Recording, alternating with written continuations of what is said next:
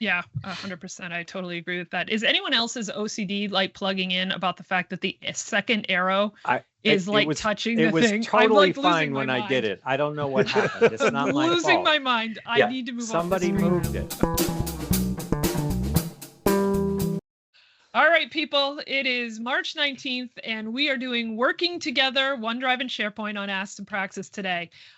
We don't have a full contingent. Carrie is out today helping her mom, so she won't be with us, but the rest of us are here today, and today's topic is, as I said, Working Together, OneDrive and SharePoint. So our agenda is to start talking about how we think about OneDrive and SharePoint / Teams together. So just level setting on how we're going to think about those separate things and how we work with them. And then we're going to talk about the difference between sync and shortcut, because that's one of the things that we've sort of been talking about a lot internally.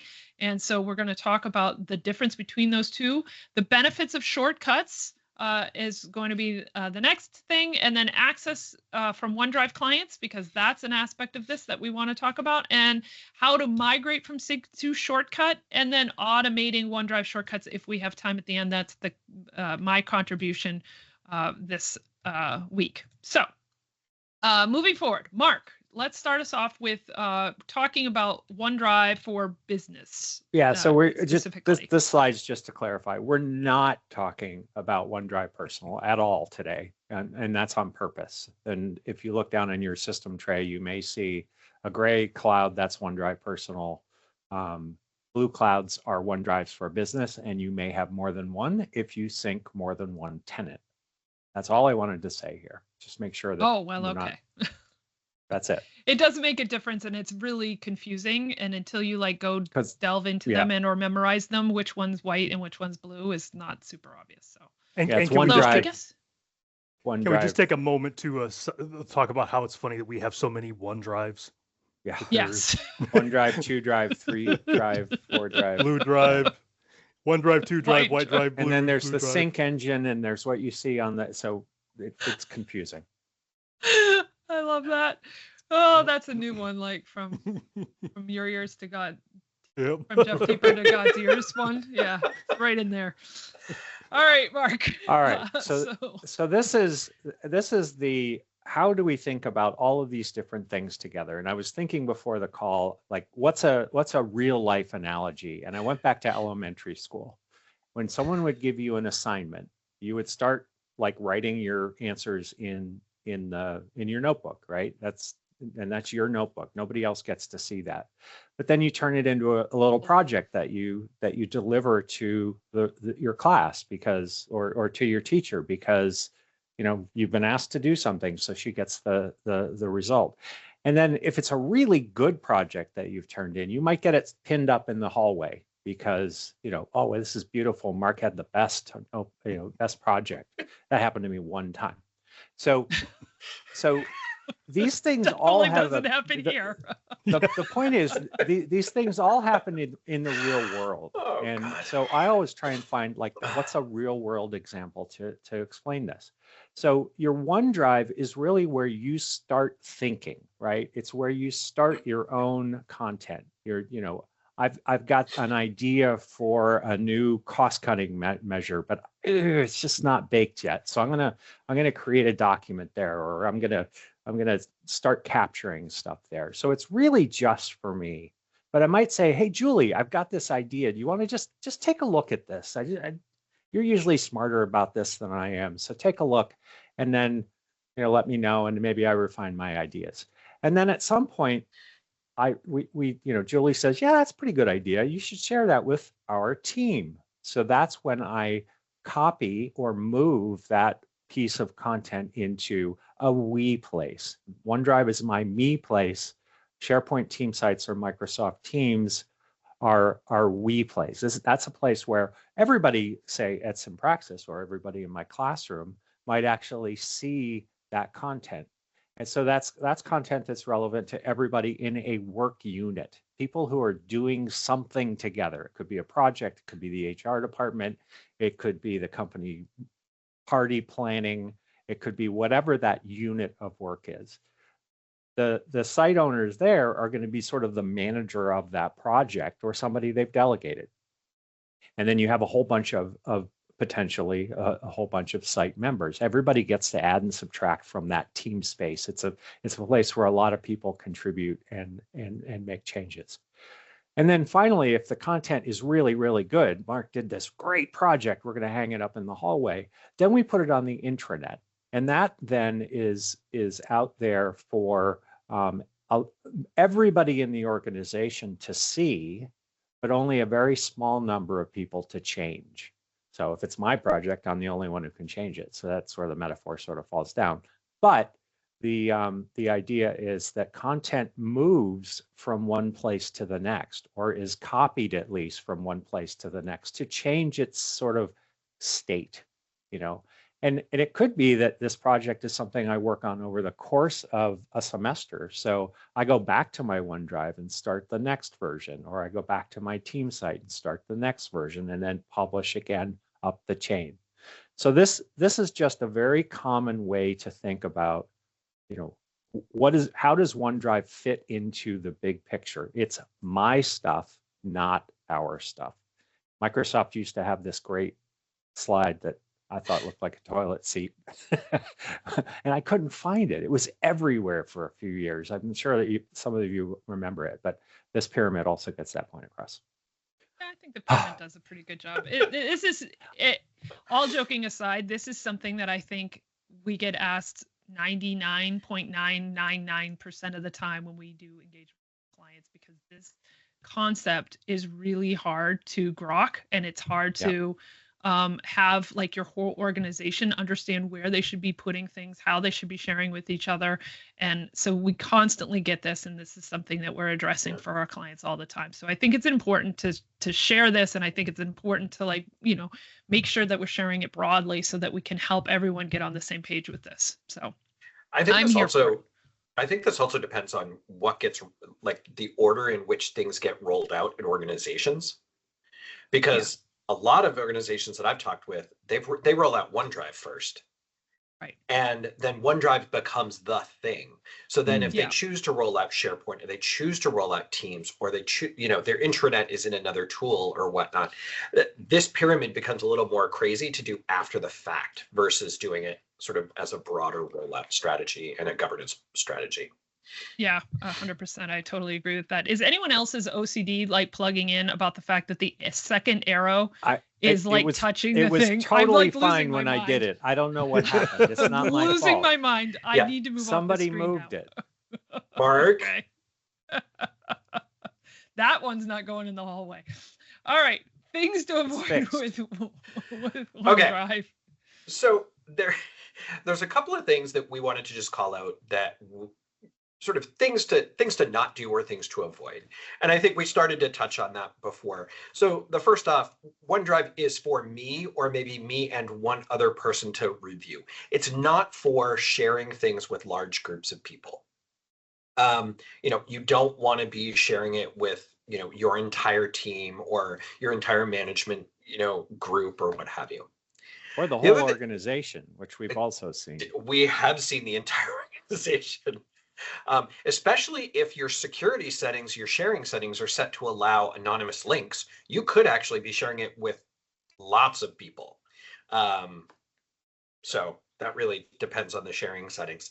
The other thing to make sure you're not doing is storing organizationally important content in your OneDrive. And think records management. I was on a call with someone, and they were talking about their department content, and I was asking them, so where do you work? You know, where do you do your department work? Where do you store and share all these documents? And they said, oh, I do it in SharePoint. And then I said, oh, okay, cool. Where? And they showed me, and they were like, oh, right here. And they showed me, and it was their OneDrive. So I had a person that was running their entire department out of their OneDrive. Now, the problem with that is, you know, it says records management here. If they leave, what happens to that OneDrive? And I think that's sort of where, you know, some of the impetus for this conversation came from, is that's going to go away. If we move that content, all the links to that content are going to break. So organizationally important content, not the right spot for OneDrive. The other thing to not to store in your OneDrive is non-work related content, right? Your DVD list doesn't go in there. Your grocery list doesn't go in there. I mean, can you store your grocery list in there? Yes. Should you? No. It's just not the spot for that. The other thing I wanted to call out, because this is sort of related to that, is on the PC, when you set up OneDrive, it asks you if you want to set up known folder sync. This will let you set it up to automatically synchronize your, I believe it's desktop, downloads, and documents folder. Not downloads, now that's documents and pictures. Okay. Downloads too. It is downloads is an option. Yeah, mine is. There are 3. All right. I think it's the 3 Ds: documents, downloads, and desktop. I just had to jump in and screw you up. Go ahead. Yeah. Thanks, Mark. Thanks, Mark. All right. So the point being that when you start to look at the content, if you're storing things in OneDrive, like everything in your downloads folder, that may not be the right choice, because you may not have, those things don't necessarily need to be retained. And given that they are now synchronized into the cloud, some executable that you download to install onto your machine doesn't need to be synchronized to OneDrive. You don't need to be accessing that on your phone or in the cloud or backing that up. And lastly, and I think this sort of goes back to Mark's pyramid slide, have a policy for your organization. Explain to people what goes where in your organization, because you need to have a governance plan in place, and you need to be able to share that with folks so that they can be held accountable for it. All right, so that's a good list.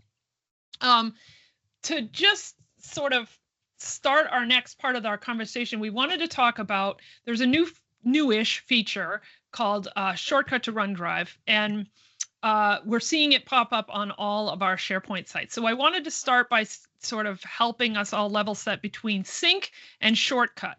So the shortcut option creates what's called a remote item in the root of the user's OneDrive for Business container. So here's a screenshot of my OneDrive for Business, and I created a folder, but you wouldn't have to. The folders with the little chain link on them are these remote items, and essentially they point to a place in SharePoint that you wanted to sync to, and that place, we'll go through that in a little more detail later, but that shortcut is going into that user's OneDrive for Business, and then you can move them around and nest them however you want to do that. The sync is what we're sort of used to. That was the original thing that we could do. So sync creates a Windows folder under an organization container. And if you, in your Windows Explorer or your Finder area, you're going to see a container. And in my case, I have a container for SimPraxis Consulting because that's our tenant. And then under that, you would see folders that are named for where in SharePoint they came from. So we have a site called Work. It has a documents library in there. So we get a folder called Work-Documents, and anything in that library from that site gets synced into that container. What we found, though, is that you can't have both. So if I sync Work documents here, I can't also create a OneDrive shortcut in my OneDrive. You get an error and it says, well, if I already have the shortcut, it says, sorry, we can't sync this folder because you already have a shortcut. So you can't have both. But that's the difference between how sync and shortcut work. Otherwise, under the covers, it's the same mechanism, right? The shortcut and the sync is giving you the same mechanism. They're bringing this stuff local. When you're opening them, and you could say what you want to keep on your local machine if you want to do that. So all the sort of effects that you would get from doing a shortcut work the same. It's just where it's putting it and how it's sort of referred in that case. All right, so let's move on from that. And Mark, tell us some of the benefits of these shortcuts over sync. Oh, well, I always used to sync. And then I read an article from Me too. Hans Brender, who is Mr. OneDrive, of course. And I was totally changed my tune because shortcuts have some real benefits. I totally changed it. Or somebody's going to show you how that works. But basically, you can here are the benefits. You can rearrange those shortcuts in your Windows Explorer any way you want. So Julie has underscore SharePoint at the top because that's where she wants to put her shortcuts. I have 3 different underscore something folders, and I portion mine out in a different way. So you get more control over how you arrange your shortcuts, which can be a real benefit if you have a lot of them. And you can rename them on the PC, and it doesn't hurt anything. It actually renames the shortcut both in the cloud on the OneDrive UI and on your Windows Explorer, but it doesn't change the destination. It's really like an old shortcut from Windows days if you ever used shortcuts a lot, and it works in a very similar way. So like I said, changes can all be done in the Explorer view. You don't have to do anything in OneDrive settings. That window that I pasted into the chat to prove that I was actually right before is not something you have to go to a lot to rearrange things. You don't have to go to disconnect a particular sync. You can do it all in the Windows Explorer view, including just deleting a shortcut. And when you delete it, it's just gone. The content stays where it is, but you're removing the shortcut. This could be the best thing. If you've got more than one machine, those shortcuts are not specific to the machine. Sync points are. So if I have 2 laptops, which I happen to have, I have to do the same sync on both of them, and it's machine specific. Shortcuts are in your OneDrive, and so therefore any machine you go visiting your mom and you log into her machine and look at your OneDrive, you'll have the same shortcuts there that you have anywhere else.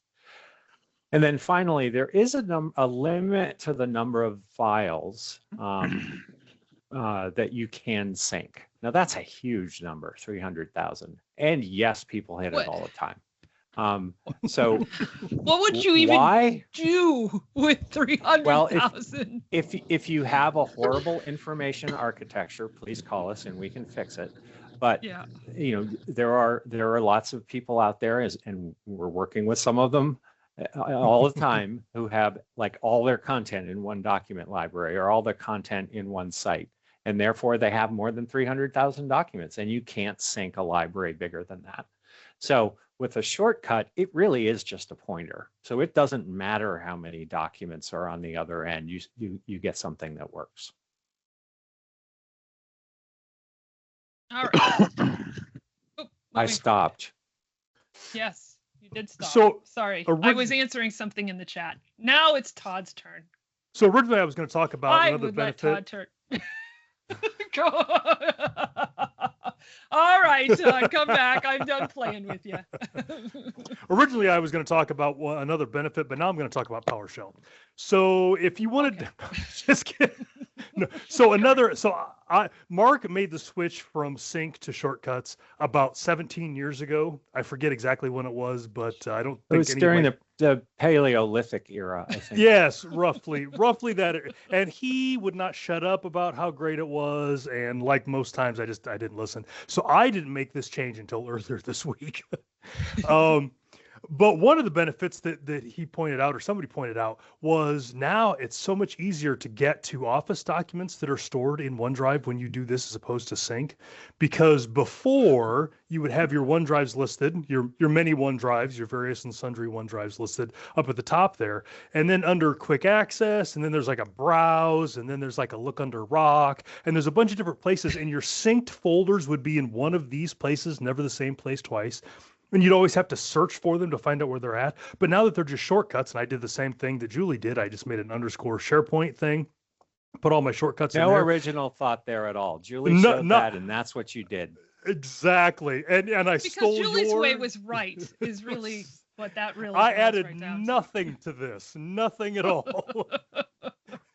not a lick of value whatsoever. Number one, Julie's right. But so it just made it so much easier to get to the documents that I've got synced in my different document libraries. So if for no other reason than if you're using Office documents, this is a great place to good reason to do the shortcuts.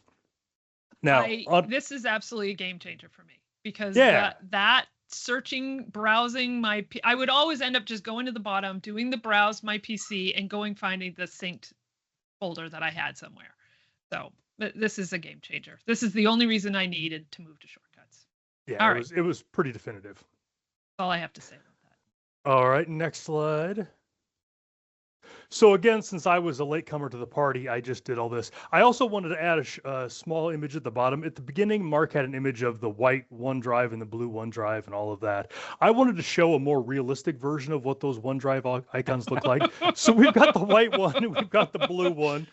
Then we've got the one that's stuck in syncing, and then we've got the one that just won't sync at all. So that's what my PC looks like when I look at the OneDrive icons. That is so realistic. Mine just happened. My screen just happened to be in good shape that day that I took that screenshot, which is very unusual. Yeah, I almost thought you had photoshopped that or something or downloaded it off the web. So here's the process that I took. So like Julie said earlier, you can't have a shortcut and a sync to the same folder. But I went the other direction. So I already had a sync and I was going through and converting all of my syncs to shortcuts. And so what I did was, the first thing that I did was I added the shortcut. And then I got an error and it said, I can't, and then I went in and I hit stop the sync. And so you can see that's in the OneDrive settings, and then the account that it's doing the sync, there's a stop sync in there. Click that. That stops the sync, but then you get an error that says, hey, I can't do both at the same time. And then there is a button in that error message that says unlink or unsync or something, old eyes, unsync this. So if you do them that way, you do get an error, but it works out fine because that way you don't have to remember all the folders that you had synced. You can sync them. You can make shortcuts to them as they're still syncing, and you don't lose any. And I had a bunch synced, so I had to do it that way. And then after that, then the last step is using Julie's trick, doing _short SharePoint, and then dragging the folders in there. And then, like we've mentioned before, you have the option of renaming them if you want to, calling them whatever you want. And then also, yes, go ahead. No, I was just going to say that is a really nice feature, being able to rename them, because it can make it more clear, especially if you have like multiple libraries in the same site and it's like work and they're long names for the site and then it gets cut off. So, yeah. Yeah. And then the other thing that Julie mentioned earlier that I wanted to reiterate was that once you get into that shortcut and start looking at folders, you have the option of right-clicking on any of those folders and saying make available on this machine. And that will do the syncing bit that you're used to, but only the folders that you need. And so it's really, like, in every way, it's a far superior way to do it. So I wish I had listened to Hans hair OneDrive 100 years ago when he first posted that. One of the best tips in this whole thing is the underscore. You know, we use the underscore to just bring things to the top. It's a lower character than A. So, yes. I was going to point out the exact same thing. So clearly we were thinking on the same page on that one. Yeah. Right. One thing to mention, when you hit the stop sync, it stops the sync. It doesn't delete the folder. So then you have to do the terribly horrifying, scary act of deleting the folder that is all of your OneDrive stuff. But it's only the copy that's on your PC. I promise it won't sync that delete up to the cloud. Yeah. To address the I'm having problems syncing or I didn't sync before, if you have worked in that folder and you have files open, before you stop sync, close all the files for that thing.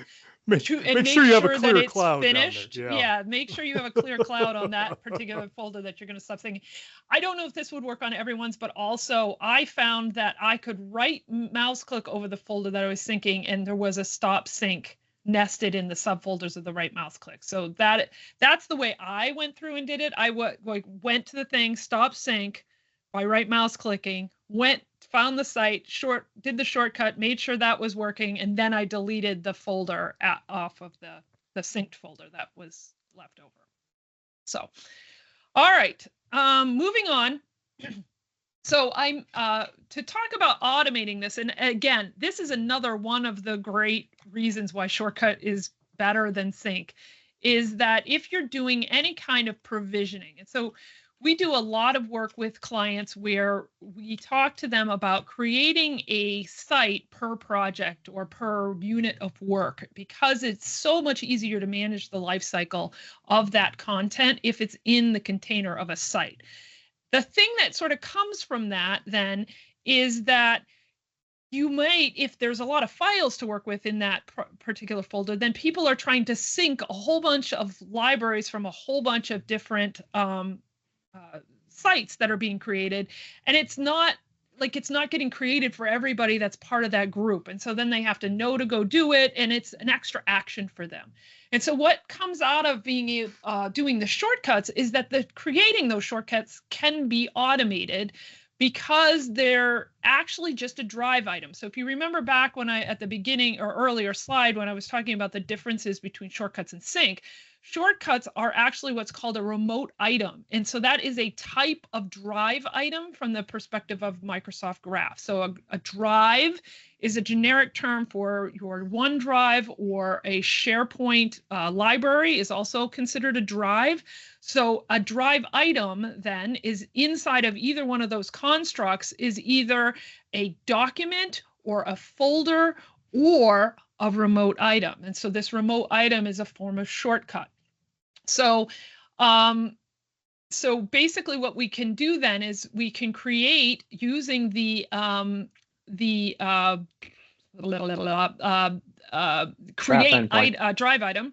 Yeah, well, the graph endpoint for create a drive item. We can create one of these remote item properties, and the remote item includes, and so I've got a little a screenshot from the links, and the links are going to be on the resource page, but they create includes a SharePoint IDs, and that SharePoint ID object includes the list ID, the list item ID, a unique ID for the list item. That's optional. You don't well, no, the list item unique ID is either the root if you want the root of that library, or an ID of a folder if you want to sync a particular folder. You don't need tenant ID, and you don't need list item ID unless you actually want to make that shortcut be to a particular document. So you can do that too. So anyway, these are all the properties that you would go through and get the values for to create that remote item. And if you have an application that is doing the provisioning of your site, so you're using PnP PowerShell, or you're using Orchestry or ShareGate. Orchestry, particularly when you provision a site, has a webhook that can happen at the end after the site is provisioned. So as part of that webhook, you could have an automation process that basically went and said, okay, let me go read who are all the members of the site that the team site that I just created, or whatever it is, or maybe you had a fixed set of people who should be have a shortcut added to their OneDrive, and then you can just go through and make the graph calls to go add that OneDrive shortcut to that user's OneDrive in maybe a particular place. Maybe you want to nest them under a underscore directory or something like that, so that they automatically are there for the person when the site is created. So I think that is super powerful. Now, granted, there is a way with Intune, if you're using Intune, to automatically sync drives, but it is way more complicated, and you have to be using Intune to do it. And so it's not for certainly the faint of heart, but it can be done. So I didn't want to imply it can't be done, but this is way more dynamic and way more easily done through an automation workflow process, where the OneDrive sync automating that sync is not so simple. All right, so here's our resources. Lots of resources here because I included a bunch of the stuff for the graph stuff. There is a link there, how to automate OneDrive shortcuts with code. Ironically, after I figured this out, Appy, and I don't know how to pronounce his last name, so I'm not going to try, but that link, he wrote did a blog post on how to do this automation. So I just wanted to give him a shout out, because that's a great resource if you want the step-by-step instructions on how to create those OneDrive shortcuts with code. So that is there for you as well. Okay, I think that's all we have today, and we have 1 more minute, so that's perfect timing. So let me land on where we are. So Ask and Praxis on April 2nd, that's our next one. We're going to talk about managing unlicensed Microsoft 365 OneDrive accounts. So this is a sort of continuing on our theme of OneDrive, I guess, a little bit, but we have a topic that we definitely need to talk about for governance and for just retention and even potentially charges that you could incur based on the new policy that Microsoft has on unlicensed OneDrives. So we'll talk about that in our next episode on April 2nd. In the meantime, see us live, sign up for the Microsoft 365 Community Conference. Derek, myself, and Mark will be there. Mark and I are doing a workshop. I'm doing a PMPJS session. Derek, you're doing, what's your second session? I don't remember. SharePoint Framework. Intro to SharePoint. Oh, SharePoint Framework. Okay, I couldn't remember which one you were doing. So we have a discount coupon code there for $150 off if you want to join us at that community conference in Vegas. The European Collaboration Summit, we always talk about, that's a great one to go to in Dusseldorf, Germany. Mark, Derek, and I will also be there. We do have a discount code for that, but it's a very nicely priced conference that is very accessible for many people. So definitely, if you're considering that, you could probably get to Dusseldorf and go to that conference for the price of going to the community conference. So maybe consider that one if you want to see Germany in May. And then TechCon, the 365 Seattle, Derek and I will be there. That's in the nice summer, June 23rd through 27th in Seattle. And we have a discount code for that. So join us live or join us next time, April 2nd, for our next session of Ask and Praxis. Thanks everybody for being here today. Thank you so much for joining us this week on Ask and Praxis. We love getting your questions or session ideas. You can submit by using the link in About. If you find this helpful, hit that like or subscribe button and share this content with your colleagues.